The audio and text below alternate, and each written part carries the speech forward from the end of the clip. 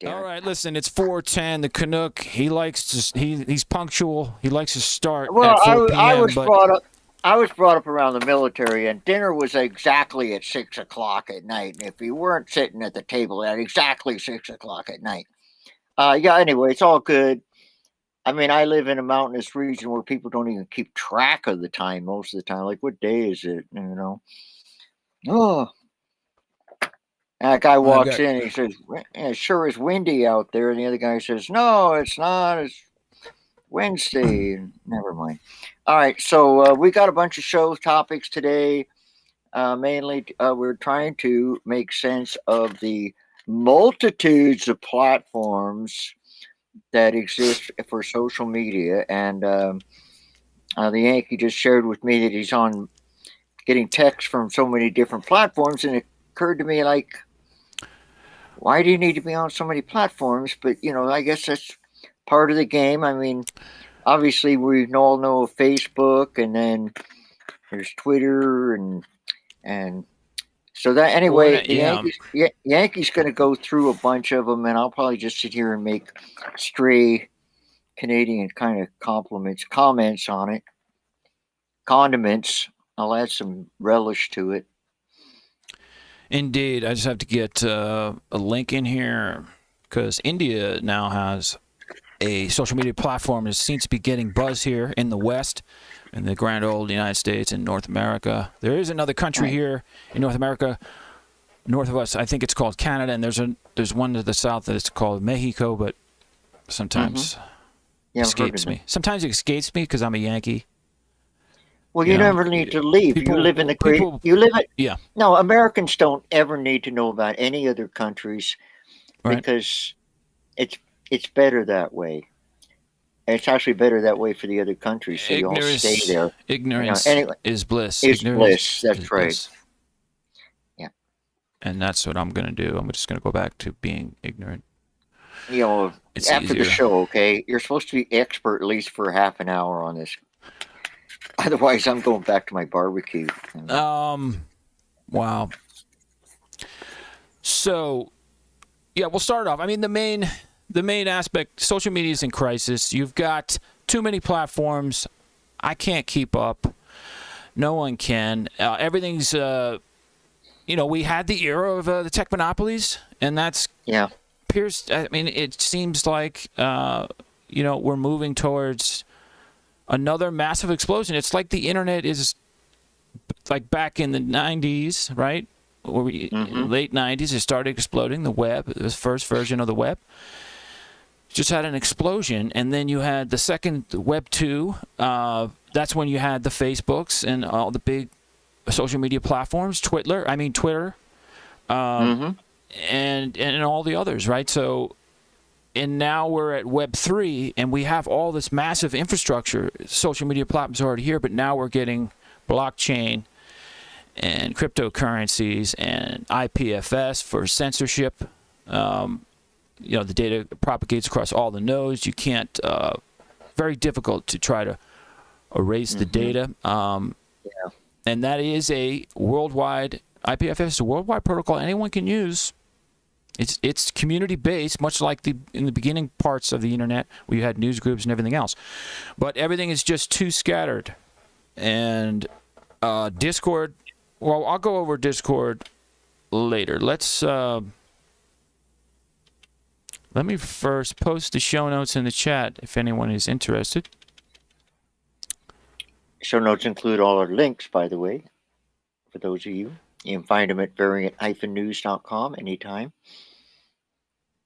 And I just did a real quick mic check. All right, so show notes.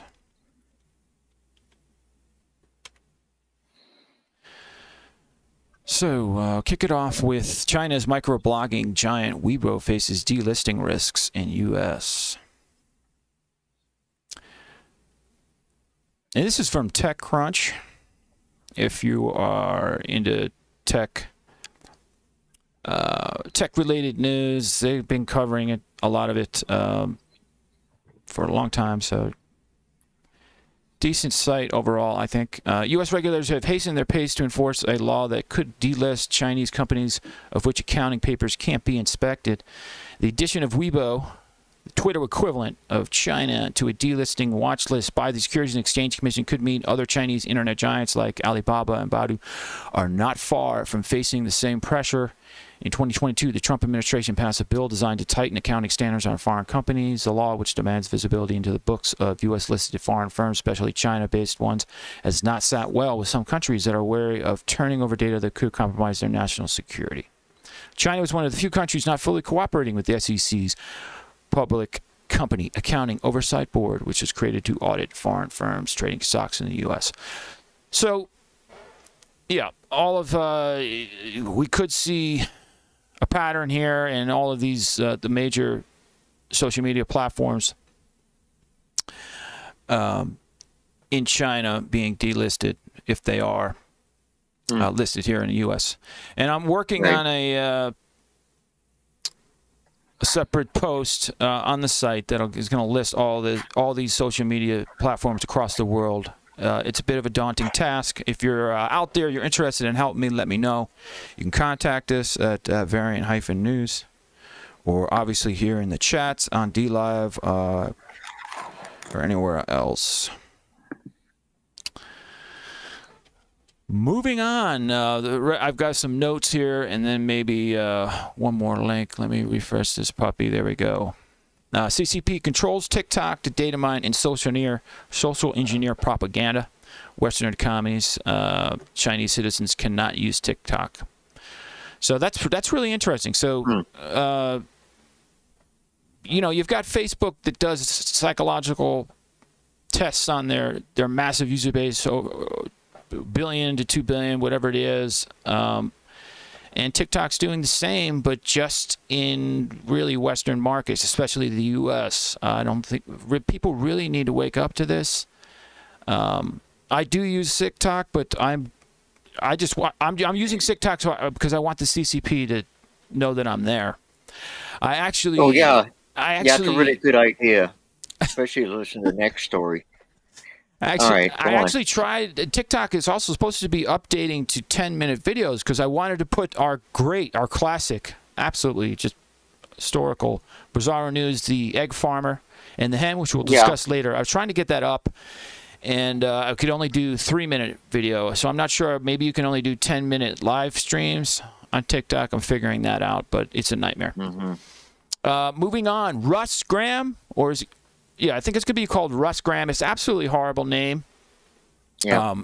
If you know of a better name, so Russ Graham obviously is going to be Russia's version of Instagram. If you know of a better name that they could have used, let us know. But that's deeply disturbing.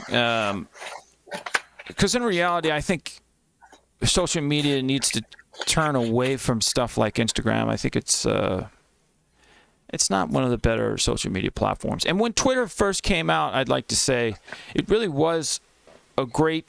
It was good for data mining, just tracking things, tracking news.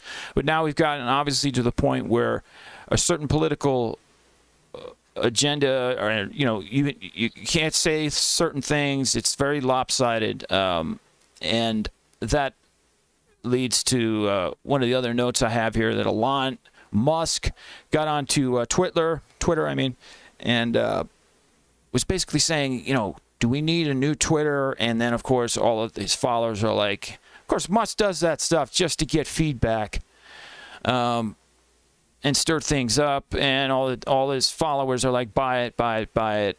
Who knows? I hate stuff like this because it's very rumor-based, and Musk is kind of toying with the masses here. But well, that's the thing. I mean, I think you just hit on one of the stickier parts, that the quality of writing and the quality of thought has just gone down to its lowest common denominator, so people get attention.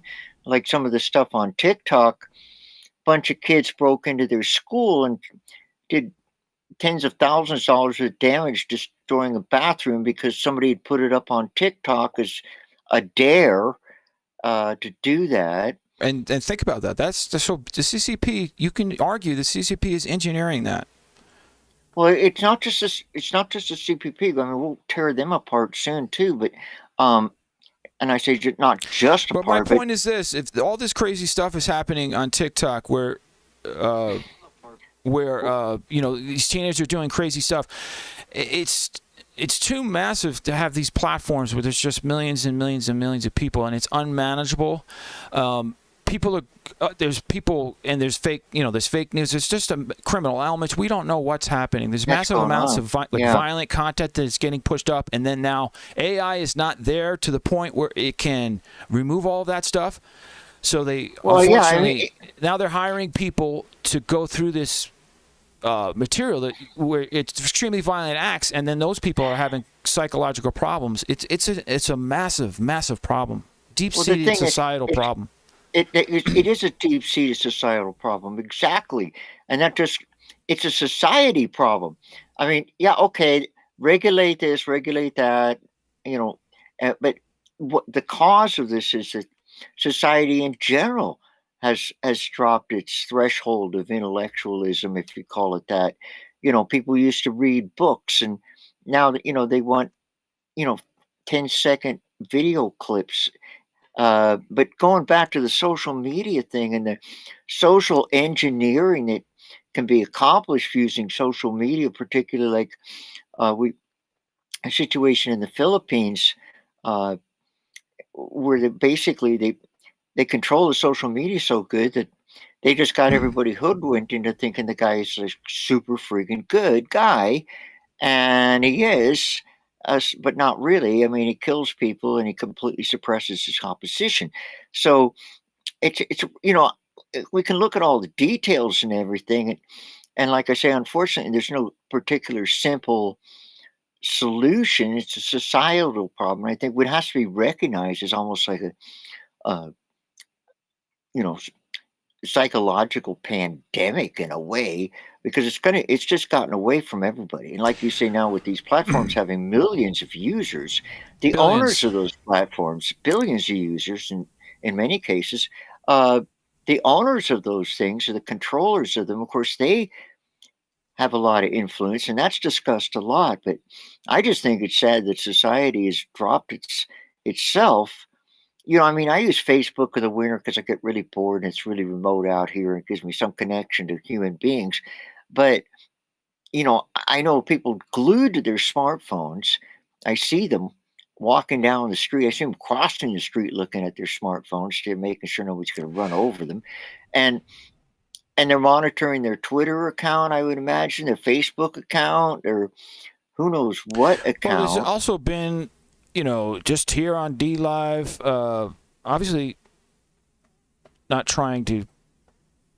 Well, just a little bit of criticism to D Live. They're starting to ban chat, so there's issues. Well, it's challenging. And yeah, so I think everybody needs to try to work together to a better solution. There's streamers. A lot of streamers have left D Live.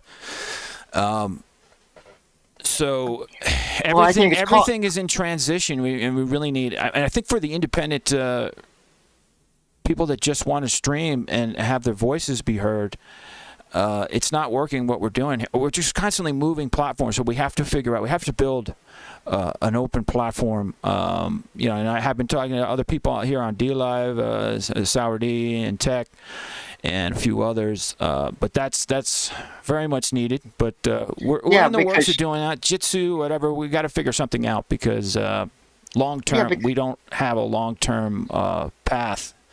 Things are all just scattered, so we got to work on that. Yeah, and I think that the tie-in between live streaming and social media is social media too, because we've got a chat room and people drop in and they chat, so that's like social media. But I think that the focus, at least maybe for today or this show, is on the big chat room based platforms like TikTok. They say they're banned in China, but aren't they owned by the Chinese, or they were started by the Chinese? Like, what's up with that, right? The ownership of these companies I mean, everybody, you've all heard of Mark Zuckerberg, right? I mean, what's your opinion of Mark? Did Mark phone you the other day, trying to get you to work for him again? Oh my God, I have recruiters contacting me quite often. Yeah. I think I'm actually going to engage them again. I have engaged with Why Facebook don't you go recruiters. work for him? You can go deep, go undercover, find out what's going on, and then quit before they shoot you or put you in the metaverse.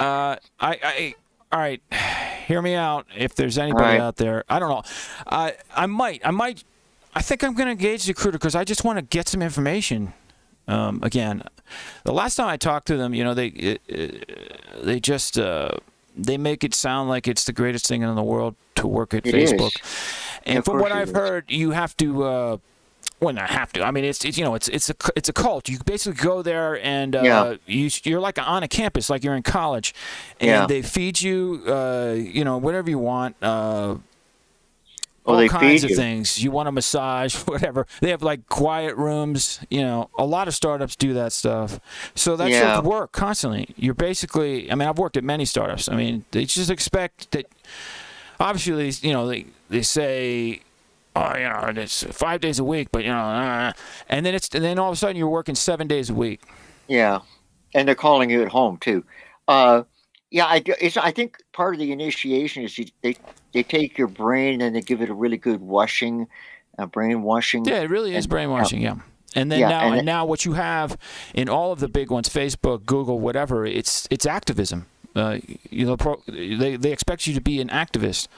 And now that has turned its ugly head on all of these big companies, Facebook, especially Google. I mean, it's firing back big time on them because right. Google now, they're working with IBM on Chinese censorship on their surveillance Right. network inside China with the CCP, and the people that work for Google, the programmers and everyone else, HR, whatever, they don't want that. They don't want Google working in the military, so it's backfired for them. Yeah. Massively. No doubt. So the whole system everywhere, the internet is just hemorrhaging. Trump social network is elitist. I mean, it came out. Dabu7 covered this. Definitely check out Dabu7. It's been here, obviously, on DLive for a very long time. But he was going over this, made some good points. iPhone only. I mean, it's kind of ridiculous. I mean, I have everything under the sun because I'm a mobile developer or what have you, I'm a programmer. But a lot of people don't have iPhones, and they really don't like iPhones. Yeah, I don't. And I understand I that. don't have an iPhone. But I can't even get on Trump's social thing, network, whatever the hell, Truth Social. You get put on a waiting list. It's ridiculous. But I would imagine that Trump, I think long term, in typical Trump fashion, he likes the aspect of it's an elitist launch of his app, iPhone only. I mean, some major deal was done with Tim Cook. Some money was exchanged. Tim Cook made him pay. And I imagine Tim Cook likes that. He's like, I'm getting money out of Trump. Yeah, no doubt. But you'll see if Truth Social does gain traction on iPhone, which I don't know why it would. It seems like most of people on iPhones probably wouldn't be Trump supporters, but who knows? Well, It's got to go. We'll see long term where that goes, but moving on. What are you laughing at? No, just iPhone users, would they all vote Democrat or something? Right. I think there's a big chunk of iPhone users that are kind of like liberal that wouldn't vote for Trump. What do you think? No, I think if you did a demographic, actually, the types of people that spring the extra money and go with the iPhone. There's definitely a basis. There's definitely a percentage of iPhone users that would be open to a Trump social media app, but like I'm 100% Apple computer guy. I mean, I have nothing other than Apple, but I have an Android iPad or pad thing, ideally, and I have an Android phone, and I think that's just fine. But that's completely different than the operating system difference between Microsoft and Apple. But yeah, I would say and it's like Subaru drivers. Subaru drivers, I bet they generally vote Democrat too. Well, I drive a Subaru, and I'll vote for anybody if I vote. Well, you drive a Uh, Subaru. Well, that's yeah, interesting. yeah. Well, I'm not going to pass judgment on Subaru owners, Yeah, but I know. A lot of people like to rag on people that drive actually, Subaru. when I see a Subaru, I But just assume they're going to do something stupid drivingly. But that's just Subarus have really fast, like the Impreza, but now they have a new model. It's actually, I think, only rear-wheel drive or something. But oh. the cars are fast and they're great in the snow. That's what I like. I Yeah. go crazy in the snow doing donuts and shit. I don't Oh give a no, shit. no, they're great cars. I've driven one. My ex-wife has one. I've driven it a bunch, and I wrote a song. I'll give it to you really quick. Subaru people are the happiest people in the world. You know, Okay, you're like an Irish person. You just start breaking out in song or I something. get But paid to do yeah. that. I get paid to do that, but But it's today I'm doing it for free. 4:31. We'll wrap up just a couple more things. I think I just want to cover India's new Coup platform, and then we'll move So, on. We'll move on. basically, I think what we're getting to is there's a lot of platforms. There's a lot of people using. There's a lot of people using multiple platforms. It's all owned by somebody that's probably at heart manipulative, whether it be a government or a business. And it's almost impossible to regulate because the people hard to regulate, but they're going to regulate anyway. And so the last one we have, the last new kid on the block is for India. India has a lot of people, like it's the second biggest population in the world. Pushing 1 billion people or more. So what do they got? Is it any good? Well, let's move over here. What? I've got to fix something quick. I don't know how that happened, but it happened. Yeah. I switched over to Firefox for some reason. Let me just check something real quick. Yeah. All right, let me just. Show notes here. Sort of. It's all good. The show note, it's up. Actually, I've got the Coup. The Coup article is up from gnet-research.org.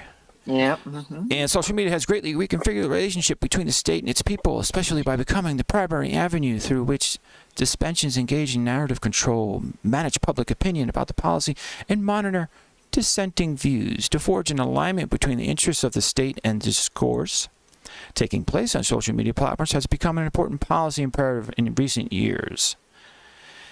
Mm-hmm. Thus, when big technology companies such as Twitter are perceived to be going against the interests of a state, the social media marketplace that has come to resemble a splinter net props up alternatives seemingly more sympathetic to the government's interests. So this goes back to Twitter has just been pissing off governments across the world. And now, of course, what's going to happen? Every country is now going to create their own Twitter clones and social media platforms. In India, this was evident with the rise of Coup, a microblogging site emulating Twitter but promising an India-centric social media experience. Barely a year old, the app was founded through the Atma Newer App Challenge, a government initiative encouraging self-reliance in the field of science and technology, interestingly placing social media parallel to issues such as defense technology, energy, and so on. Cou's popularity first surged in response to the clashes between India and China at Galwan Valley in summer 2020. Just the basics of it. Anybody out there, if you're like interested in checking out Coup and you're here in the United States, let me know. See if you can get like obviously a language translator. Or for that, I want to start doing more stuff like that. I've translated DLive chat from like Austrian to English and stuff like that, and I want to. It's tricky, but I want to get a setup where I can just quickly convert wherever I am online to whatever language I need to. Right on. I think people really should, try to get out of your comfort zone. You know what I mean? Tell me about it. And explore other countries and media platforms. But well, yeah, it's always a good idea. I mean, there's a lot of countries out there, and there's a lot of stories, a lot of different angles. Really hard to get information. I mean, you watch it Canadian news stations, and it's mostly about Canada, of course, and same with the States. And Al Jazeera is the only thing I can find easily that covers world things, like what's going on in Bahrain or someplace. Okay, well, do you want to move on to the ugly story of the week, the scary one, the be glad you're not Chinese story? Yeah, what do we have sequentially here? We can, just real quick, I want to do Saudi Arabia. Because I think this is important. This is actually a little bit old, and I'll see if...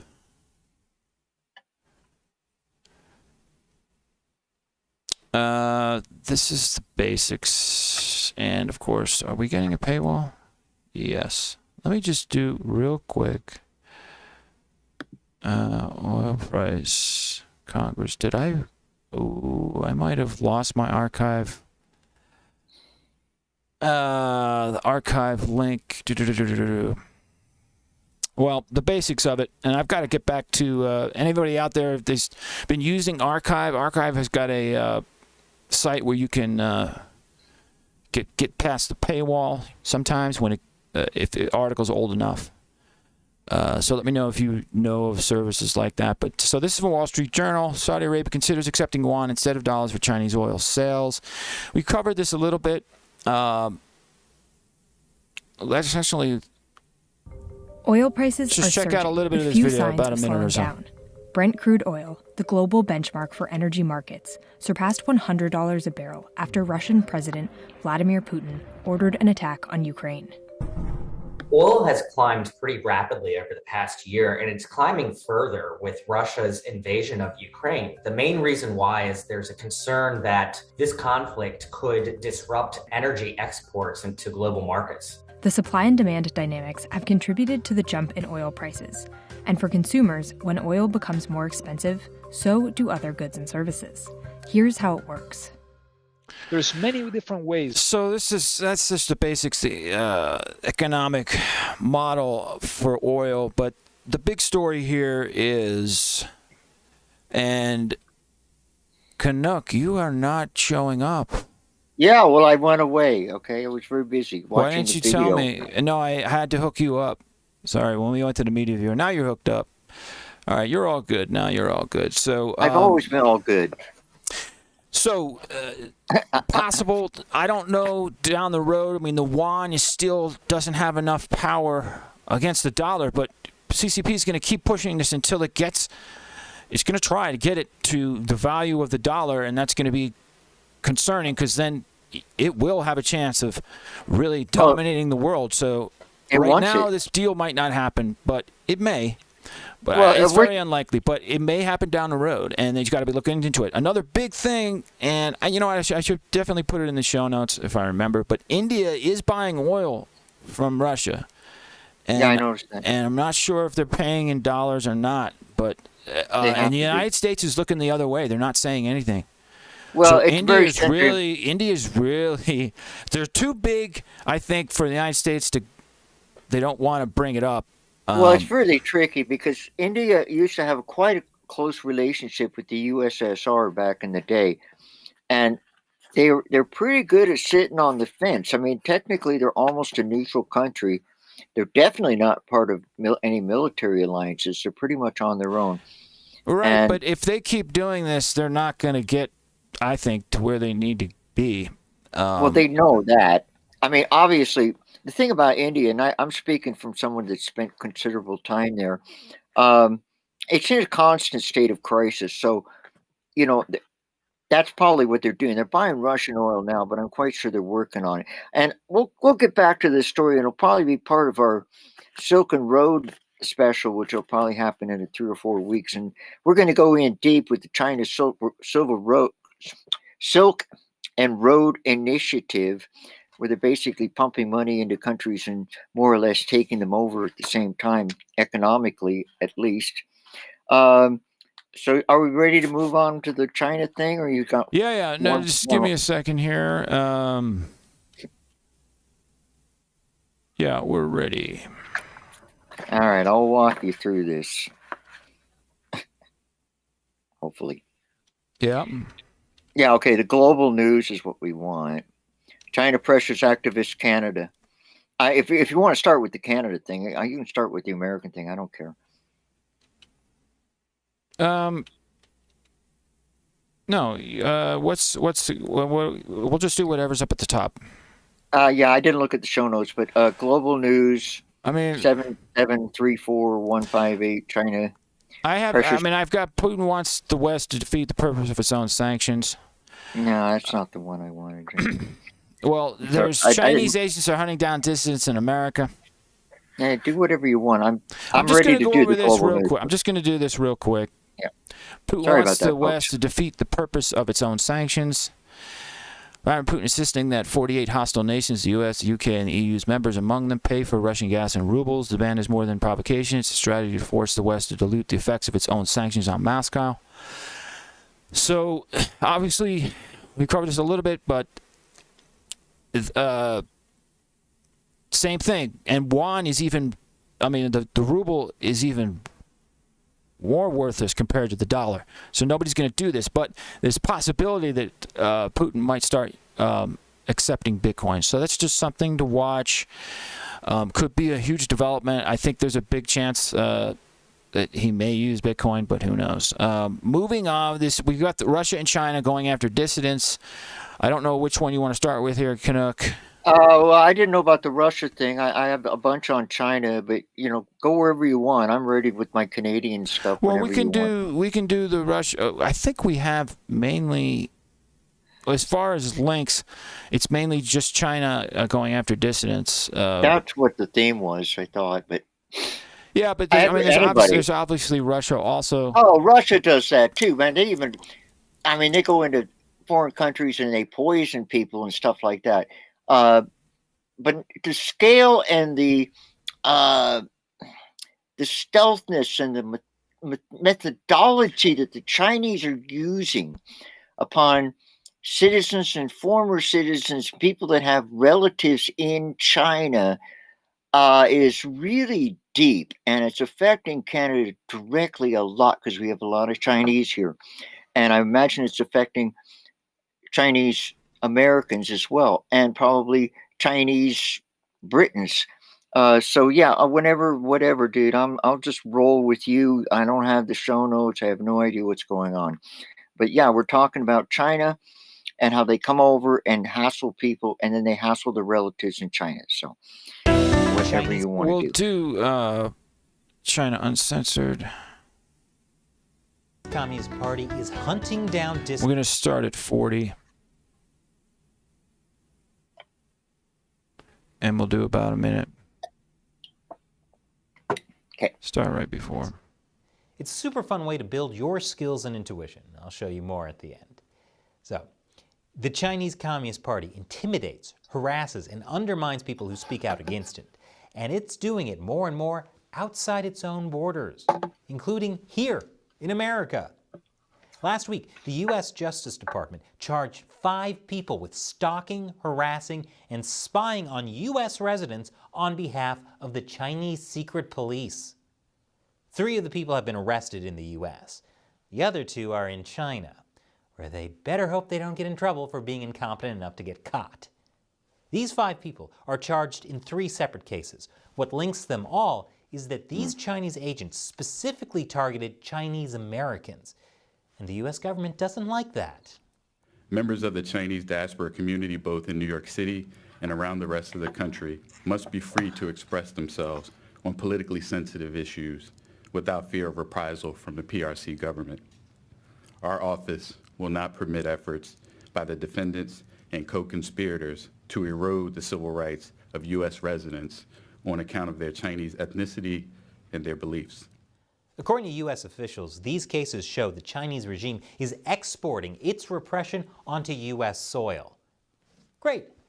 Not only are we getting cheap made-in-China products, we also have to deal with cheap made-in-China repression, too.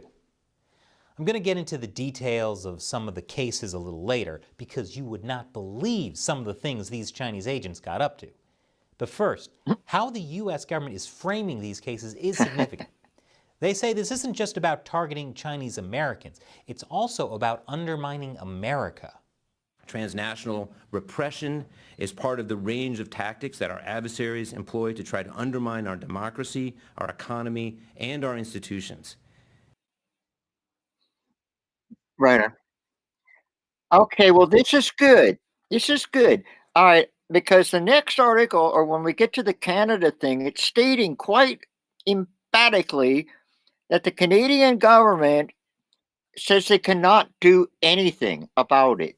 They're not taking any action. But you guys are defending your citizens. So once again, Canada's the Kahuna mission here. Well, Okay, I mean, this is happening, just not China's doing this all over the world, but especially in the U.S. and to a certain degree in Canada. So, yeah, something has to be done. I think that per capita, it's way worse up here because the government's not taking any action to protect our people. It says that when I get around to the Canadian thing. But, yeah, okay, what do you want to do next? We're coming to get you. China's critics facing threats, retaliation for activism in Canada. So we have a global news. This one has the 4 videos. If it's the global news 77341581, yeah. Yeah, I'm seeing a bunch here. Oh, I'm seeing Skater Boy, who I actually learned the other day. I was on Gypsy Mom's Twitter. Gypsy Mom, longtime follower of Tooge, and she's got a Twitter now. Check it out. But yeah, I posted on her Twitter. Trudeau I don't know. Used to be a skateboard instructor. Yeah, but I don't think you have the right video because the one that I got doesn't have his picture at the top of it. Oh, well, this one has 4 videos. Well, we're coming to get you. Well, okay, well, we're coming to get you. China critics facing threats, retaliation for activism in Canada. That's the one. Yeah, this one has multiple videos on it. There you go. Okay, here we go. All right, check it out, folks. This is the deal. We're broadcasting live from Canada. This is what's going on. In July 2019, a guy named Mohet Toti was just hours away from speaking publicly to politicians about the Chinese government's horrific abuse of the Uyghur population when he received a message on Twitter, quote, "Your effing mother is dead." I'm sure they filled in the effing part. It read. All right, this guy had lost contact with his mother 3 years earlier. His story is just one of many for activists who speak out against the Chinese government in Canada. Despite being separated by an ocean, the Chinese Communist Party, CCP, and its supporters have methods of keeping activists in Canada under their thumb, and there's very little that Canadian law enforcement can do about it. Now, if you scroll down a ways, not the first video, keep scrolling, and you're going to come to a pretty-looking girl. Asian girl? Yeah, Cherry Wong. And we're going to play, well, you can play as much of it as you want. Start at the beginning and then just bail at some point. She has repeatedly faced death and rape threats, and she's describing what she's going through. That's wonderful. CCP, they're just absolutely wonderful outfit. Now, this is really serious, and I think it's serious in the States, but it's really, really serious here. I remember, we get taken advantage of by China a lot. They locked up 2 of our people. They didn't lock up 2 of your people, the Michaels, over Madame Butterfly's frigging arrest. Don't get me started. And I'm not racist, but I do not like what's happening here with the Chinese government messing with Canuck. Chinese. Nobody thinks you're racist. That's what the CCP does. If you criticize them, then they call you racist. Same thing. I think there's a massive parallel between woke leftism here in the United States and the CCP. They use the same model. I don't know if it's from the Communist Manifesto. The CPP uses every tool in the drawer. Yeah, it's all economics. So yeah, why don't you play Sherry Wong? She's pretty cool, pretty empathetic. I mean, passionate about what she's saying. So we could play a little bit of that. The most memorable experience I had was when we traveled to Vancouver to launch Alliance Canada Hong Kong. It was January 2020. I got to Vancouver. A friend of mine booked the hotel room for me. It was under their name. for extra security. And I think 2 days after we launched the alliance, I got this phone call at my hotel room saying, "We're coming to get you.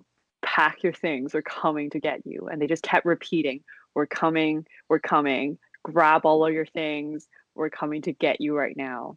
And I didn't really realize what that phone call meant until very much later, that this phone call could have been related to launching the alliance and speaking up against the Chinese Communist Party, because first of all, the hotel room wasn't even booked under my name, and second of all, it was a very threatening tone on the phone, telling me that, we know where you are, this is your room number, and we're coming to get you.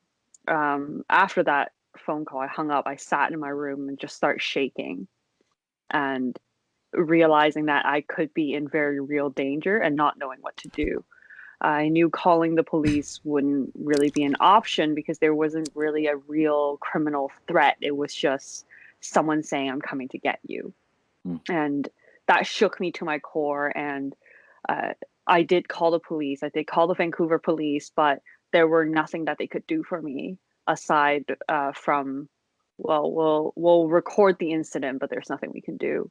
I know for a lot of diasporic activists, we have families in Hong Kong and China, and very often when we do a press interview or when we do anything public that goes against the Chinese government, our families back home will have this session call we call drink tea with the police officers.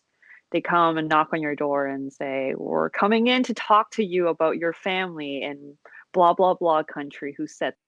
Yeah, that's interesting. The drink tea. Yeah. I mean, that is tea in China, and it's strange how they make terms like that. It seems so. Yeah, the tea visit from government non-threatening. officials. Yeah, she said from government officials back home in China, they come and knock on your door and say, "We're coming in to talk to you about your family." As officials sit down and drink tea with relatives in China, they offer a chilling warning, according to Wong. "Your family in Canada seem to be very active nowadays. Maybe you should tell them to stop." Now, I mean, come on, kids. This is like we're a country, right? I mean, supposedly, like a separate country. We're not China, and these people are living here. I mean. Well, I think obviously, especially more so in the United States, I mean, there's just so many people that are asleep. They're asleep at the wheel. Yeah. And some type of conflict. Obviously, no one wants the end of the world, World War III. There's nuclear weapons. This could get insane. But we're already in a war with China, with Russia. Oh, we've been, especially at least an economic subversive. war. Yeah, and if you scroll down this article, it does talk about, there's a video, I don't know if we got time to play it or not, well, here's Skater Boy. That's the only video I see. Trudeau urges international community for coordination. Here we go. We've got Tibetan activist describes the incentives driving support. Is this the one? Yeah, the Tibetan. Do you want to do a little bit of this? Yeah, I might as well. All right, let's just do the whole thing because it's only a minute and 30. There is that existence. Okay, that'd be great. This is a woman, not a man. Okay, it's a woman. Sorry. But a guy, you said guy, and nowadays I think people think guy means either male or female because there are no genders also. But that's another topic for. We're not going down a rabbit hole right now. No, we don't have time. That's going to take a couple of weeks, 2-week show without stopping. What they do is they incentivize a lot of these initiatives as well. So folks who do go out of their way to, pledge their allegiance to the Chinese state or show up and lead these counter protests, oftentimes, are financially well off. There are foolproof receipts that you can find with Chinese Students and Scholars Association and Confucius Institute sort of student leaders that are being, taken to Holt Renfrew to shop and, giving and have been given free stays at like 5-star hotels. And they have these like meets that they're organizing amongst themselves. And so there is that economically funded or sort of driven incentives that are being provided to these individuals. Hong Konger students would not even enter the office because when they entered the office, they were being taken pictures of. And so that means that their families back home would also be subjected to threats. So I had to meet them actually in secrecy, or people would actually come in wearing their masks, not face mask, but rather like a full head-on, sometimes like clown masks and sometimes like V for Vendetta type masks, to enter my office to be able to talk to me. And so because of that, whether it was self-censorship or is the intimidation tactics, either way, it really came in the way of me being able to actually help them. Yeah. Yeah, 1950s is when it started, and the resistance to it has gone on. The Dalai Lama had to flee Tibet. Tibet is like a center of huge historical religious being, Buddhism, Taoism. So we're going back, 70 years now that people have been trying to draw attention, and also it ties into the India-China thing. And this one guy, he said, I was attacked by thousands and thousands, I would say over 10,000 messages and comment that were not just hate speech. I had death threats, rape threats. They were against me. Also targeted my family members. I mean, it's not just a knock on the door. It's like these people are going after these people.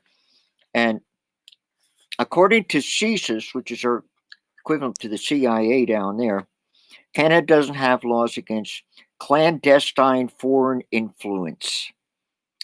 How could they not have a law for that? We don't. All right. I don't know why. Listen, there's a lot of stupid things. Mind-boggling, stupid. Well, we don't have a law.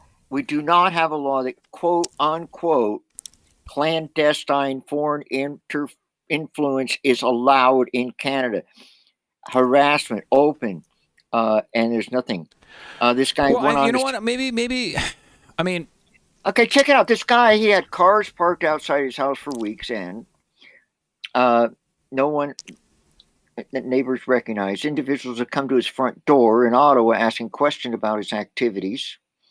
And Wong went on and said her internet, the woman we just watched, Wong went on and said her internet awful feels when she gets online with members of parliament to discuss the plight of Hong Kongers.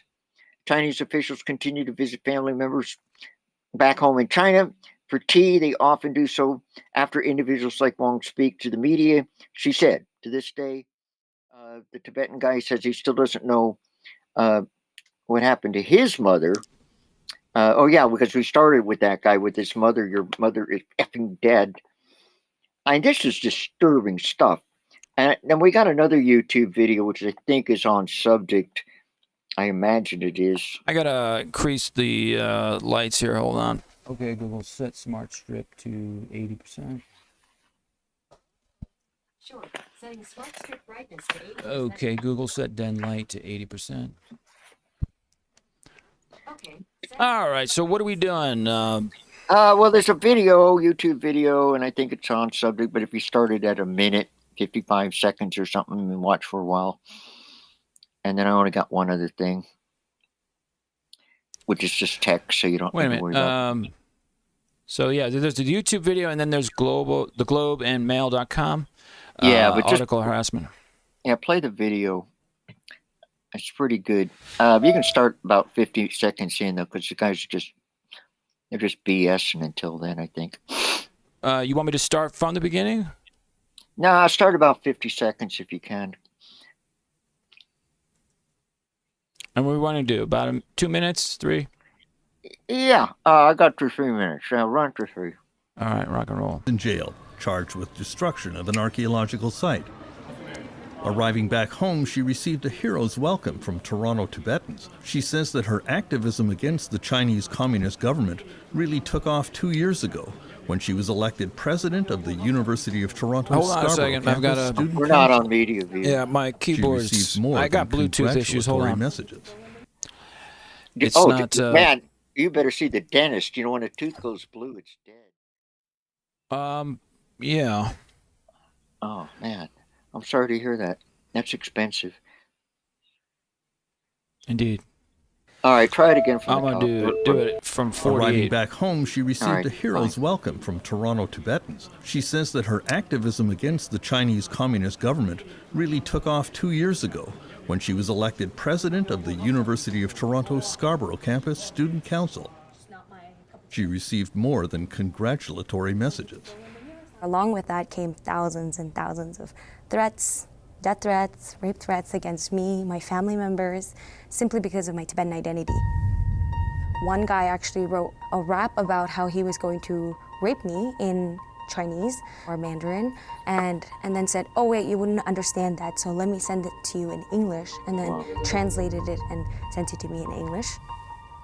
One thing that gets me choked up, reading the message that said, your mom's dead. I'd have to check in with my mom to make sure that she was safe. Once I said on my Instagram story, oh, is this hate from China, as a joke when it first started, and someone messaged me and said, no, bitch, I'm here. Chemi Lamo identified the Chinese Students and Scholars Association at the University of Toronto as a source for her on-campus harassment. The organization is mainly composed of international students from mainland China under the leadership of the Chinese embassy. And so it was pretty obvious that I was being followed and watched and surveilled on campus, whether it was students or other people. Where do you think these messages were coming from? I think these messages were coming definitely from the Chinese embassy. There was another incident involving the Chinese Students and Scholars Association at McMaster University in Hamilton, when Uyghur Canadian Rukia Turdesh showed up to speak about the oppression of her people in China. She was abused and disrupted by pro-Beijing students who were apparently directed by the Chinese embassy. The CSSA was banned from further activity at McMaster. The Chinese Student Scholars Associations are reporting to the embassy what's going on campus. Charles Burton was a Canadian diplomat in China and then a university professor in Canada. And if a Chinese student spoke out of turn or seemed to be affiliating with other student groups that support human rights or the rights of ethnic minorities in China, like Tibetans and Uyghurs, this could be potentially career destroying, would likely lead to some degree of intimidation of their families back in China, and in general, it keeps the students in line. China's intimidation of Chinese Canadians occasionally spills out into the streets. Free Hong Kong! Free China! In August of 2019, Canadians in support of Hong Kong democracy announced they would protest in several cities across the country on the same day. They encountered well-organized and well-funded counter-protests by pro-Beijing crowds.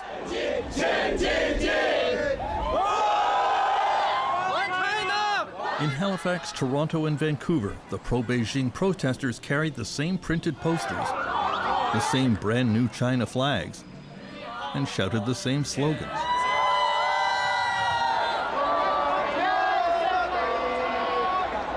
The pro-democracy demonstrators tried to sing the Canadian national anthem, but were shouted down by the pro-Beijing group singing the Chinese anthem.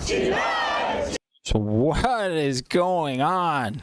I know. Canuck. Thank you for providing all this, because I covered all the the U.S. side of it, and then I was like, hey, Canuck, dig something up in Canada, and you dug something up, all right. Yeah, well, there's a lot to dig, and did you notice the counter protesters? Same signs, same flags, same slogans, obviously embedded, and you can be sure that those counter protesters are keeping an eye on their fellow students that are calling out China on their malfeasance and reporting them. So it's like the neighborhood watch type thing, like the Soviets used to have every block had somebody looking out their window, usually some old woman or something, and watching. Yeah, but it's everybody. getting to the point where they're singing China's national anthem. It's getting to the point where it's basically saying China has taken Canada. That's what the CCP is. It's not just going after distance and everything else. It's about full control of Canada. That's my impression. Listen, there's something going on here, and nobody can figure it out. But Canada is being inordinately soft on China. Maybe it has to do with the economic trade it usually does. I think it has to come down wait. Here, check it out. We count on them to buy our soybeans. Huge. We are counting on them to buy our natural gas, which we're spending tens and tens of billions of dollars to develop and get piped through unceded Indian territory so we can have an LNG plant on the north coast of British Columbia to ship it where? To China. Okay, so, and I think this is the problem. We've touched on this quite a bit, particularly to do with China. Now, America is a pretty heavy-duty economic power. I mean, we're like, I think, 1/50 the size of American economy. But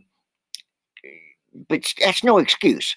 And what I find, the takeaway I've gotten on my research, I was aware of the malfeasance. I didn't realize it was quite to that extent. However, the one that gets me is the quote that Canada doesn't have any laws against quote unquote clandestine foreign influence. And that's from CSIS, which is our CIA. Begs the question, why don't we? That was the first thing you said. Well, that goes back the question of, I mean, look the way we lapdog to the Chinese during the takeover of the Michaels. I mean, basically, we just went, oh, yeah, you grabbed a couple of our citizens. You really shouldn't have done that,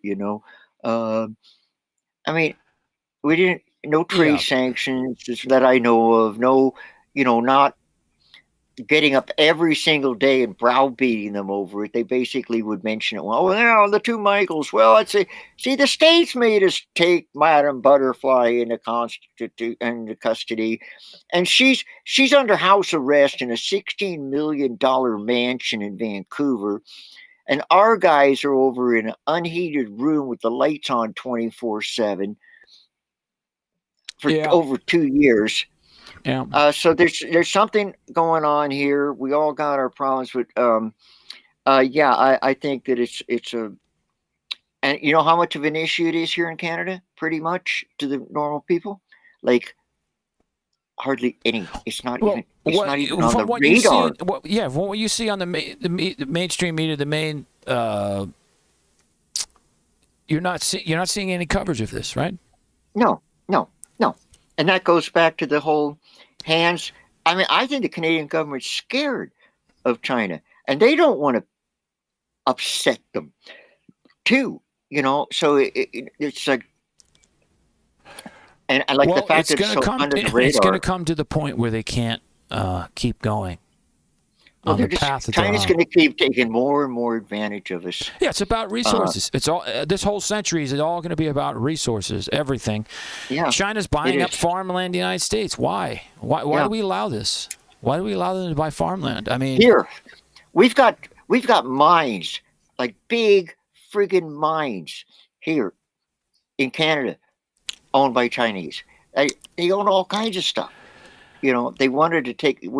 We stopped them from doing the 5G thing into here from the Madame Butterfly's company, but that was only because the States was really pressuring us to do that. So, anyway, congratulations to the United States. They win this one. The United States also won the First Nations, the Indigenous People Rights award. So don't kid yourself. Canada has one of the best PR outfits in the world. We're seen as this environmentally friendly country. Our footprint is huge. per capita, we're worse in carbon emissions in the United States.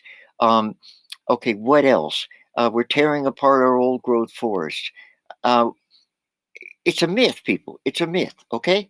I'm just telling you. The reason Canada looks so environmentally beautiful is because it's huge and there's a lot of nice environment here. But and the old growth forest, we're going to cover that because I'm deep in with the my activist people again.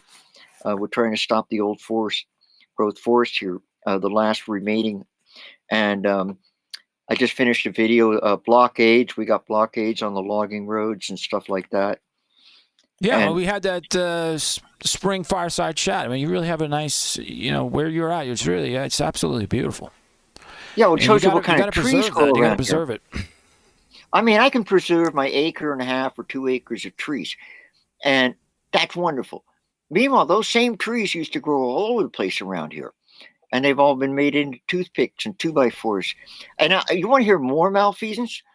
We ship whole logs to Japan and to China. Whole logs. We don't even make anything out of them. We don't even saw them into boards.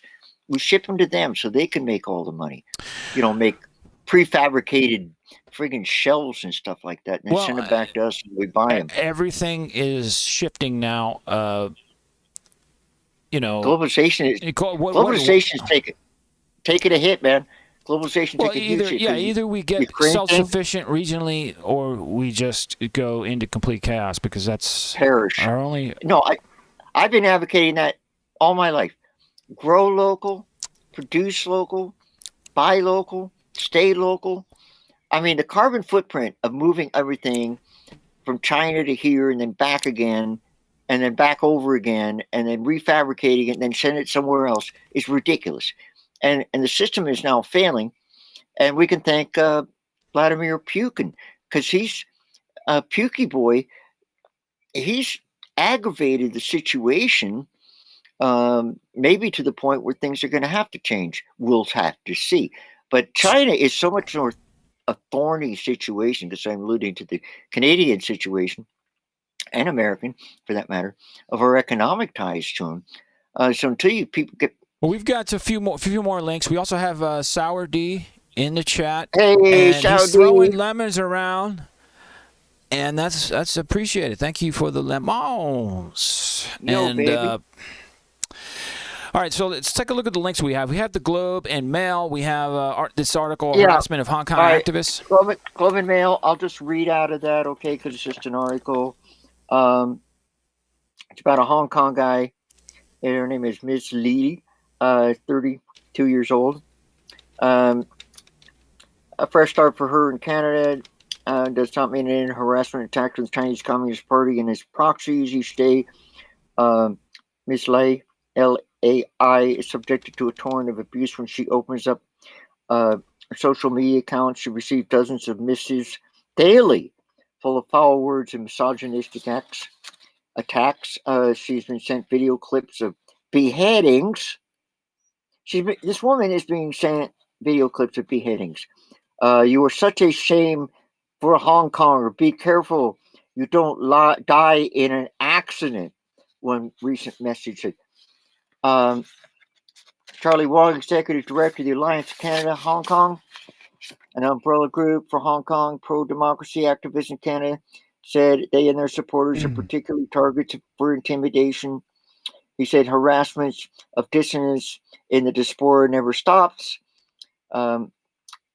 Sherry Wong, she said the Chinese Communist Party in Beijing has identified these folks as clearly disobeying the interests of the Hong Kong and Chinese governments. Disobeying the interests of the Chinese and Hong Kong governments gets you flooded with vulgar email and death threats. This is like what high school kids do online. I mean, yeah, except this is serious. It's insane. It's just intimidation. I mean, it really is. It's lowbrow. It's disgusting. I mean, it's not. And it's psychological warfare. And legal in Canada. Go figure. I don't like it. I'm going to see what I can do about that. See if any of my activist friends have some extra time. Yeah, I mean, I think, it goes back to why doesn't Canada have these laws in place to protect its own citizens? I mean, I don't, I'm very vocal and very against Trudeau. I mean, I don't think a lot of people like Trudeau. We'll see. You're up there. Yeah. At the next election, we'll see how it goes. But I think Trudeau is won't taking. be one for a while. All these, China is buying politicians. They're buying CCP is buying politicians all over the world. That's the problem. Yeah, well, the thing is, I don't think you can just blame. The prime minister's not all that powerful. Basically, they're the leader of the party that has the most seats. And just as an update for you folks that probably don't give a damn about it, but anyway, the Trudeau Liberal government was a minority government, but the NDP was helping them get legislation passed. The NDP and the Liberal Party made a deal that they were going to get along unless something really weird happened. So we're not going to have an election here for about 3 years. The thing about Trudeau is that he's a disappointment to a lot of people. Let's put it that way. And he does stupid things. He goes over to Europe. He's giving a speech to the EU, big time speech. And it's about the Ukraine, and he gets off on this thing about the truck protests in Canada. Nobody gives a fucking rat's ass about the truck protests in Canada in the EU. But he decided to plug it in there for some reason. And a bunch of the EU guys just said, like, why? I mean, also it caused controversy because some of the EU people are also anti-vax, and a lot of people then were calling him out on the Emergency Act. Like, he didn't need to do that. So he's not that sharp. He's not as sharp as his dad. His dad, Pierre Trudeau, that guy was. Yeah, everybody says sharp. that. Oh, he was sharp, dude. He was really sharp. But I mean, Trudeau was born with. He was. We covered this years ago, but little Justin, I think he was only 5 or 6 years old, was visiting Richard Nixon with his dad in the White House. And Richard said, he looked over at little Justin boy and he said, "Oh, I'll bet he'll be Prime Minister of Canada someday." And I think Justin probably overheard him saying that and went, "Oh, yes, I'm going to be. No, I'm serious. But I'm gonna be a snowboard instructor for a little while and ride a skateboard and this or that. So do some acting. I don't know. Yeah, do some stupid things like blackface. They have them in blackface at some college dormitory party. I mean, other kind of stupid things. But his name is Trudeau. And so when he came along, he already had the name recognition. That got him a long way down he's the road. charismatic, right? You get these politicians, that's it. It's just, they're charismatic, and there's like an empty shell of nothingness. Hey, he looks good on camera.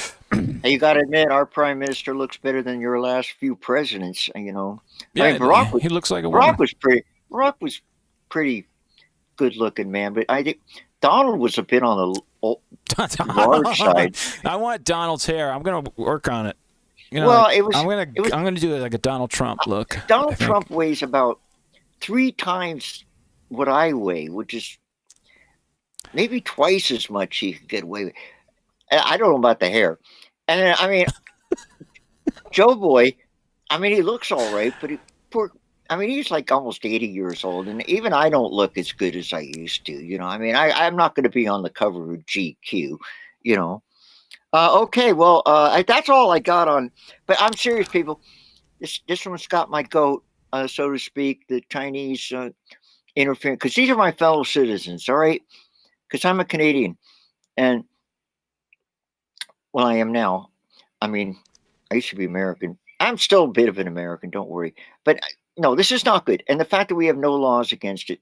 So kudos to the states for at least standing up to their people there. I guess you want to move on to Bizarro. You got some more dirt on this China thing. Yeah, I just wanted to mention real quick. At Sour D in the chat, he's started using Gilded So I got that downloaded. So Guild is basically like Discord, different version. You know, they're trying to steal Discord's thunder. And as we reported, I think Discord's it's probably going to the user base is going to be reduced significantly. And I just keep getting spammed by crypto scammers, and I'm gonna be running it in its own VM. I'm gonna test moving forward because I have serious concerns about security, and I think everybody out there should be taking a look at that if you're using Discord. But that just goes back to social media. It's just now we got to move to another platform, and I'm going to be looking to other Discord protocols. There's an open source one called Matrix that I'm checking out. But that'll be for a future stream. We also have China's aggression backfires big time. This is a China unscripted video, and we have a Russian soldier drives tank over commander in protest of Ukraine invasion. This is not good. The second, whenever the do you want to do the Russian one? All right. Well, yeah, there was a thing that happened, and this is media didn't really cover it hardly at all. It was too icky, but I know people that were in Vietnam and that served in Vietnam, and sometimes the guys would get so pissed off at the incompetence or whatever their second lieutenant or whoever the platoon leader was, and I think the term was fracking, and they'd shoot them. Right? They just shoot them. And so when I ran across this article, and it shows very bad morale when your soldiers are killing your officers. And it has been covered by mainstream media, some about the Russian soldiers' somewhat inordinate dissatisfaction with being in Ukraine in the first place. Well, I think the Russian army, look what happened in World War II. I mean, they were extremely brutal. I mean, it's just an extremely brutal military. I mean, Stalin, a lot of the soldiers didn't want to fight, and I don't blame. It's absolutely insane. Russia lost more soldiers and citizens in World War II than any other country. It was absolutely insane. The numbers were off the charts. So soldiers wanted to desert, and they would get shot. And you're kind of seeing that here. Things have stayed the same with the Russian army. Extremely brutal. Extremely brutal. I would imagine. I wouldn't want to be in it. So this is from the dailyrecord.co.uk. Video released by a Russian source shows Colonel Yuri Mendevev being taken to a Belarus hospital for urgent treatment following the alleged incident. It is alleged, by the way. But yeah, this is. I mean, obviously, it's extremely difficult to verify all this stuff coming out of Ukraine because it's a massive propaganda war between the West and the East. Russia, China, and also stories like this, U.S., Europe, what have you, Canada. Stories like this are difficult for us because mainstream media a lot of times does not cover these things, so we have trouble getting verification. But anyway, we're going to stand by it for now. If you find out it's false, let us know, okay? Yeah, so moving on. Let's move to the cybersecurity stuff and the Lapsus group with their elite-like name. And this is from Gizmodo. And I'm going to actually switch to Media Viewer because we were not in it. 6 tech giants that have been breached by a nefarious new hacker gang. Lapsus, a new cybercriminal gang with serious chutzpah, has been pillaging the tech sector. Biggest names for this digital secrets. I've got to update this because I heard that they found the guy and it was mainly one guy, but I will update the show notes on it. Additional details, and I think we're going to be covering this, at least this concept, obviously again and again. But a new hacker gang has been stealing code from some of the world's biggest tech companies and dumping it all over the internet. The culprit is Lapsus, a criminal outfit whose trademark is taking on the biggest, shiniest target it can find, breaching it, and then slyly bragging about the conquest. Check out the slideshow. Get rid of this advertisement. So Microsoft has been affected. NVIDIA, this one is absolutely big. I covered this a little bit. We got about a terabyte of data. Supposedly, it did leak out on the dark web. I saw some YouTubers, crypto miners discussing it. Just pretty big leak. We're talking about intellectual property that NVIDIA spent billions and billions of dollars investing in. To tell you the truth, I'd like to see this happen to Apple, so that for the Hackintosh community, so that we could build ARM-based Hackintoshes. But you didn't hear that from me due to legal reasons. That didn't actually come from me. Ubisoft, another massive video game maker. Samsung, this one's big. I want to dig into this a little bit more and see if I can find anything good. But obviously, the biggest mobile phone. Yeah, particularly Galaxy. I think in the world. Saying. The What's Galaxy. I seem to remember hearing that the Galaxy in particular series of smartphones is quite invaded, for whatever that's worth. I guess there's different core iOSs in these different phone series, right? And linking stuff like this, then it just makes it easier to create hacks in 0 days. So it's not a good development. No. But I think NVIDIA is starting to do some stuff here. I think they're going to start. The one good thing, like NVIDIA may have to be forced to, start opening up their markets and doing the right thing in certain degrees. And Apple's going to have to do it, especially if they get hacked and their code starts getting dumped, then the cat's out of the bag. So yes, these hacks are bad, but hopefully. We're not supposed to hope, right? But this code comes out, there's going to be some good from it. This isn't all bad. No. These are large corporations that are continuing, especially like Apple, perfect example. Their hardware keeps getting more and more expensive. Now they have subscriptions to their hardware. These companies have become too big, and they're going away from consumer friendliness and just getting on the debt model, Apple Card, all this stuff. You're just becoming a debt slave. Technology is not becoming more affordable. It's really insane, and where it's supposed to become more affordable and where you can own it. It's just ridiculous, and they're putting everything on the cloud. Video games and software is getting put on the cloud. You don't own it, so and forced upgrades. People need to be aware of it and stop. Don't do.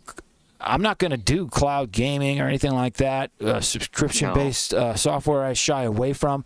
It's not good. It's not a good long-term solution. And if the masses adopt it, then these companies are going to continue to do it. If you don't adopt it, these companies will be forced to come up with better products that the individual and the consumer owns and has control over, some degree of control. That's right. Listen to the Yankee. So there you have it with that. And hacktivists new and veteran target Russia with one of cyber's oldest tools. We'll do over this real quick. Distributed denial servers attacks aren't sophisticated, but they can still be effective for people looking to join the fight. This video, let's stop this. We'll just do a little bit of it. It's 3 minutes. And he's doing all he can. Taras says he can't fight the Russians on the front line, but online he's doing all he can to hurt the invading country's war effort. I cannot be drafted to military directly due to health reasons, but if anything else but that, I do it. Taras, who asks us to conceal his identity and use a pseudonym for security reasons, says he used to be a software engineer, but the war pulled him in a different direction. Cyber hacking. What was the motivation for you to do this? I try to do whatever I can reach to end the war, to stop killing Ukrainian people. You can see as goals that we would be targeting. He says his objective is to overload Russian websites by flooding them with traffic, making it impossible for servers of Russian businesses and media outlets to carry on working. To be clear, this type of attack is a crime for individuals in the United States and Russia, but Russia has deployed similar tactics in the past, according to the White House. Taras says that the cyber attacks that he and other digital fighters conduct strike deep blows to the Russian economy, as they've increased in frequency during the war, according to the cybersecurity company Rostelecom Solar. And how much damage does this do to the Russian operation? It is dealing a lot of monetary damage to the companies that we are targeting. These are Russian media sites, sites that a lot of Russians are using, banks, railway system sites, military governmental sites. It's not just the economy he's after, but the Russian state media. That has proved to be a harder target. Yeah, propaganda machine is hitting hard Russian people, and I think they lost their minds or something. You're telling them what's happening here, and they're your family members, but they're not listening to you. Yes, they think that this is fake. Taras moved to Western Ukraine a few years ago, but says his family, like so many others, have had to run away from their homes in hard-hit areas. His grandparents face... Wait, that's stupid. What do they think it's all fake? I just want to step back a little bit. That's goes back to everything we're talking about. This is psychological warfare. I mean, people on a mass scale are just being disillusioned. Yeah, propaganda machine is hitting hard Russian people, and I think they lost their minds or something. You're telling them what's happening here, and they're your family members, but they're not listening to you. Yes, they think that this is fake. Taras moved to Western Ukraine a few years ago, but says his family, like so many others, have had to run away from their... Yeah, so this is just falls back into the whole, you got Ukraine recruiting the public to hack. Everybody's drawing lines in the sand. They're putting up one heck of a fight, I can tell you that. All right, well, it's 2:31 here on the West Coast. I don't know what it is over there. Must be dinner time. Well, we've got inside a Bitcoin mine at a natural gas well in Texas. We also have how to escape censorship. I definitely want to do how to escape censorship. If you want to skip, we could skip the Bitcoin mine. We'll come back to it next week. Yeah, let's come back to it next week, okay? All right. So I just want to go real quick over how to escape internet censorship, because I also have, and this is not updating. So hold on a second. I have to see why this is an issue.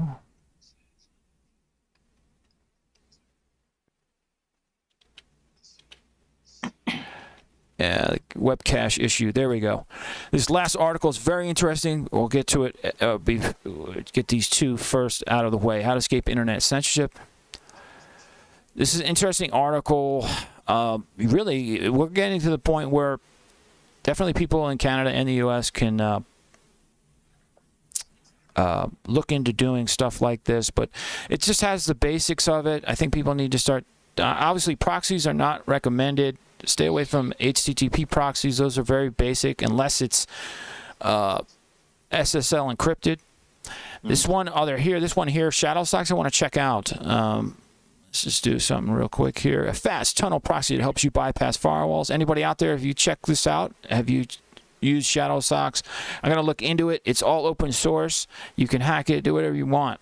But it's basically, just like another form of a VPN to a certain degree. It's not doesn't have all the network functionality of a VPN, a full-featured VPN, but it's really good for just traversing the internet securely on another IP address. There's obviously virtual private networks, which are definitely going to be going through a transition, and there's SH tunnels, which I'm going to cover in that last article. Now, just want to go back to Deeper Connect. I'm going to be picking up one of these puppies. Anybody out there that wants to join me in the journey, let me know. Even if you need a little bit of money, I might be able to help you out. If you'd be willing to help me test it, because I really need to. I could learn a lot more with two people than just, two brains are better than one. So that's right. There's that. This thing basically creates a mesh distributed VPN system. Each one of these devices is a client server VPN. You can connect to anybody, and you also can mine crypto, which down the road you'll need to keep your VPN service free. So this is part of a blockchain and the whole sharing economy. This thing hopefully does well because it's a really good model and a step in the right direction, I think. Yeah, we need more hardware like that. Now, how to route web traffic securely without a VPN using a SOX tunnel. I know this is kind of geeky and nerdy, but it's okay to be a nerd. I'm telling you here first. I know, okay to be a geek. Yeah, you got a geek show every week. Yeah, tell the Canuck and Yankee people. Just real quick, but this is really if you're running Mac OS and if you're running Linux, this thing is really easy to do. Let me know. This is the command right here. I'm going to be digging through this. I used to do these tunnels all the time. I'm getting back into this, building some stuff out. But basically, you issue this command and bang, you can use your web browser and go crazy. Securely with encrypted SSH tunnel and traverse the internet from a different location under a different IP. This is really cool stuff, and definitely check it out. And that's it for the main topics, and I do believe it is Bizarro time. And unfortunately, we're going to have an update on the egg farmer and the hen, which I thought was a Dr. Seuss book, but I'm wrong. Yeah. But we're not going to start with that first. The first one Gives me here. the shakes. Yeah. The first one here is sign wars sparked between Speedy Glass and Dairy Queen in Listowel, Ontario. And our quest for Dairy Queen stories, I came up with this, but it's cute. It's Canadian, and they're just kind of swapping signs back and forth between these businesses and poking fun at each other a little bit. And it's kind of a good, warm and fuzzy Canadian. How long is this? Probably short, right? I hope so. It's absolutely huge. I don't know why they didn't do the dimensions right in this webpage, but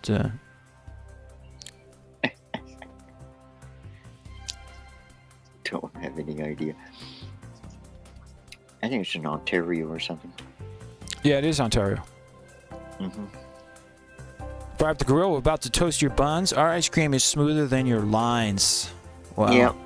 And then hey, Speedy Glass and DQ, if this thing gets any hotter, we'll be ready with hoses and water.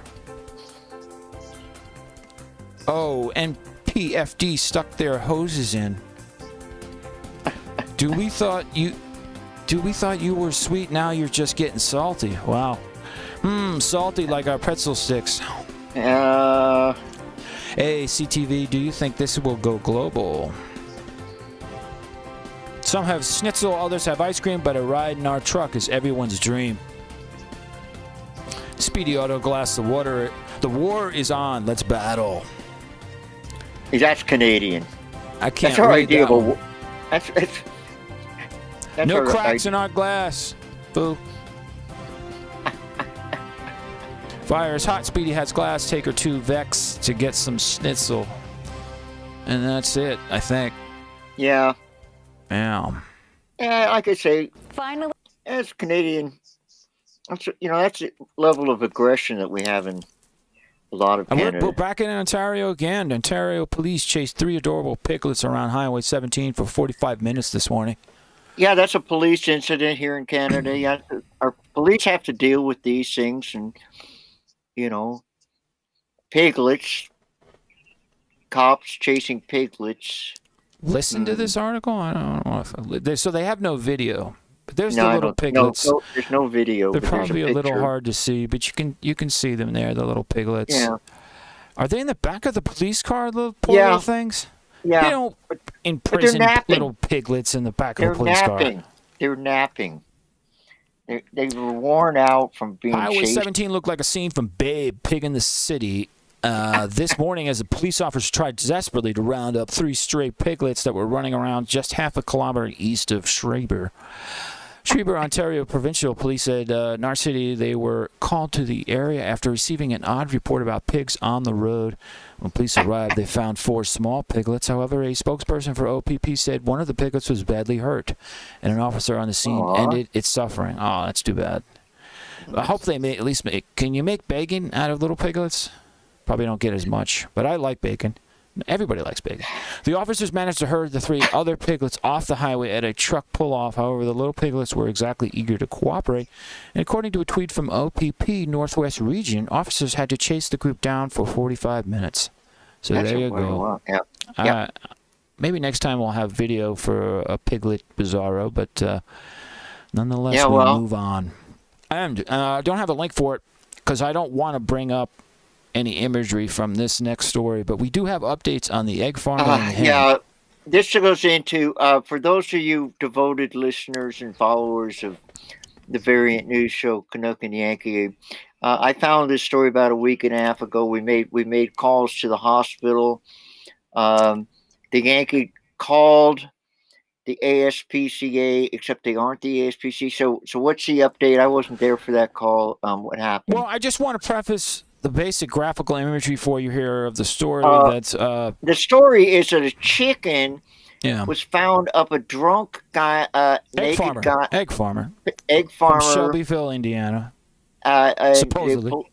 The police found him, and the chicken was alive up in his rectal cavity. Now, okay, so what did they said? They said it was false, right? Or what? What did the guy say, or the good woman say at the animal shelter? So at the animal shelter, and unfortunately, I had my mic was muted moment, so I don't have the recording. Otherwise, I would have played it. But I basically said, from Variant News, and there's a report of an egg farmer and a hen, and there was an issue, and that the ASPCA had taken the hen in, and the guy basically said he saw the story on Facebook and that it's fake news. He believes that it's fake news, and I'm going to look into calling him back again just because. Yeah, we'll see if I can. We've got to look. I got to discuss it with the Canuck and see if we could if we're able to dig up more information. But that's basically what he said, and that I had done a Google reverse image on the image that they used, and that it appeared. They said the person was Christopher Adams, which appears to be male, and it was actually a woman that I found the image of, and so it just looked like they just obviously took an image off Google Images or whatever and just placed it in there. And it goes deeper on a psychological level. Who is doing this? You're seeing stories like this all over. Now, as diligent journalists following a very strange story, we're now moving into, if it's fake, which we're sort of assuming that it is, who wrote that? Who came up with that? And why? So this is going to be a new specialty of ours. We're going to try to find out who is behind any story that we deem as fake. Who faked it? There's some interesting writing. We're going to try to find out what the person was smoking when they made up that story. And also, we did find it on 2 different news sources.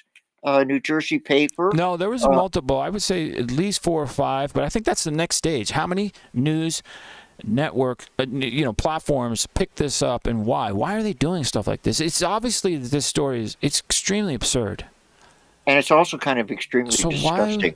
Why are these news organizations just easily propagating all this? I mean, I wouldn't want my kids reading the daily newspaper in New Jersey. I mean, you get the daily newspaper, you're in northern New Jersey, and the kids go, "Daddy, what is with the chicken up this man's, what is a rectal cavity?" That's how it would start. "Daddy, what's a rectal cavity?" Uh-oh. All right. And so there's definitely a psychological angle there to all of that. Yeah, so we're obligated to stay on top of this story for you and go in deep. We're going to be like the chicken. We're going in deep and try to find out the source, the credibility, the media that's covered it. We take no responsibility for this story, one way or the other, but we're doing our due diligence to investigate it for you because that's what we do. And moving on, how to get kids to stop eating their boogers. I don't know why this is an article on Lifehacker. But it is. Nip this habit in the nostril before it gets out of control. We'll preface that. I was back in first grade. I do remember a friend of mine in my neighborhood that used to eat his own boogers in class. Don't we all? In class, he used to do it. In class. Well, that's, should wait till you're. And I was like, that's a little disturbing, but also, why are you doing it in class? Can't you just find a private moment for that? I know. But the kids are kids. There's nothing, you got to teach them. So, but why do kids eat boogers? I don't even know if I can. You know what? We're just going to move on to the next order before we get into more graphic descriptions this is of not that. Good. We've got malfeasance on the farm. We got booger eating. Oh man, it's a strange world that we live in, but and so it's going to get even stranger with brain implant. Oh, that's just what brain I really implant. And my Bluetooth is acting up. Brain implant enables completely locked-in man to communicate again. A pair of brain microchips could one day allow those in pseudocomas to communicate whatever they want. A new breakthrough suggests. That's kind of cool. And at first, a 34-year-old patient who lacked even the most subtle of muscle twitches had used the technology to share a few precious words with his family using little more than a intent to move his eyes. So this is actually a really nice story. Obviously, I know people that are, technophobic, they don't like to see, brain implants, but unfortunately, I believe that we are moving more towards becoming machine-like. And I'm doing my best to try to adapt, and hopefully one day I could become a machine. Well, there's a difference between a very specific medical use of somebody that really just needs some help and something like in the Matrix or something where they stick the thing in the guy, or whatever, But yeah, with any technology, it can be used or abused. So is that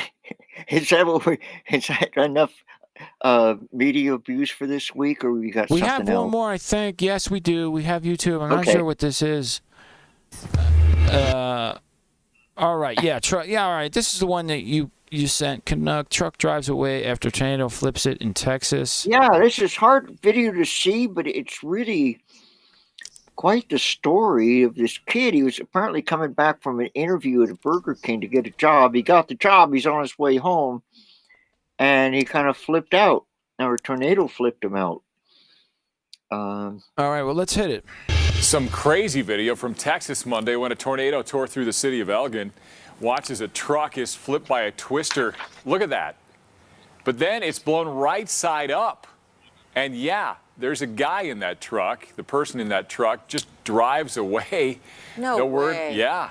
I mean, what are you going to do? I'd be trying to get out. So that cannot be, that's not, obviously not, that's got to be an F1, man. Yeah. I mean, if that was an F3 and above, a truck would be in the air and circulating within like the vortex. Out of there as well. No, that's crazy, no man. word on any injuries there, I mean, but a good illustration of why emergency crews tell you to stay in your vehicle if you're caught in the path of a tornado. But is that not crazy? What did you do? It's a good thing it was caught on video because nobody believed the guy. And the next thing I knew, I was back on the ground again. Yeah, but look at that. I mean, blown. But I got the job. I have a friend in Montana. He went up and was fishing off of Alaska, on one of those boats way out in the Bering Strait and all of that. And he actually got washed off the boat by a wave. And then another wave came along and threw him back on the boat. And all the sailors on the boat were just like, whoa. And you know what he did when he got back to port? He quit and moved back to Montana. But the kid probably is going to have the same kind of PTSD or whatever they call it. You're just driving along. You think about the Burger King job, your first job. Well, the truck saved him, though. Yeah. If he was in a Subaru? beat up car. Subaru. If he's in a Subaru, he'd probably been put into orbit, dude. Yeah. Yeah, thank God for American steel. Or like a really light car that would have been much worse. Well, there you go. And if that's the show, I got closing remarks. Yeah, that's it that I can see here. All right, I'm gonna do a closing remark. Hold on, let me switch over to the old web view. Everybody can see your big, beautiful face. Well, that's just nice of you to say. All right, here's my take, people. This goes out to all Canadians and all Americans. And when you're slagging our countries about your lack of freedom, I want you to think about the Chinese. Because even though we are not perfect in the United States and Canada with our freedoms, there are people in the United States on the woke side and on the right side, right-wing side, who completely sag down America, and the same up here.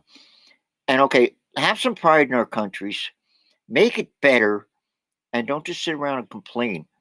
And comparative analysis is something I don't like doing, but if you compare us to China, if you compare us to Russia, if you compare us to Belarus, and almost so many places in the world, we've got it good. So let's build from the good. Let's use the power that we have as a people, as a relatively free nation, to be as free as possible. And that's it. And I'll just add that don't get into exercise your rights. You have a right to your own opinion. That's the best thing to do. Don't worry. If you think somebody's going to call you racist, that's ridiculous. Just speak your mind, because you can see how they're subverting everything. It's true. And the thing is, they try to shoot you down by calling you racist or what have you. Just speak your mind. And remember, folks, when you're speaking your mind, it's a good thing if your mind knows sort of what they're talking about. All right? Right. And that's it. We will have a show next week. We're putting some stuff together. And yeah, I want to make some advancements on Jitsu and like my Raspberry Pi and stuff, and see if we can just kind of start a network, from the ground up, just with our bandwidth. Something that's just not associated with a centralized platform, and that's an interesting concept. So I'm going to be looking into that. Keep us posted. We'll keep you posted. Whatever. All right, people. Be safe. It's probably warm where you are. I might be getting some snow.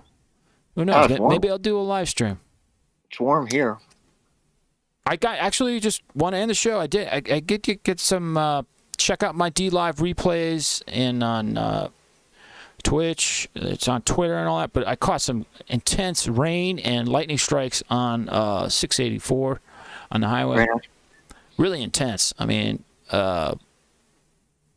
check that out. So I had, I think Crazy Tacos caught some of it. Nice. All right, everybody. Take care. And we'll see you on the other side of things.